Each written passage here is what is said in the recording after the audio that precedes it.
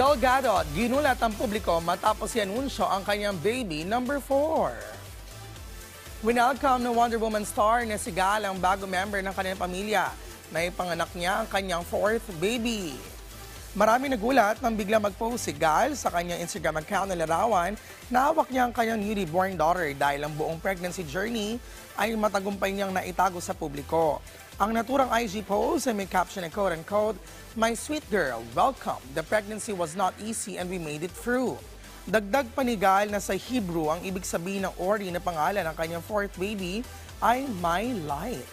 Despite the fame, nagawa ni Gal na magkaroon ng private life kasama ang kanyang mga anak at asawang si Jaron Barsano.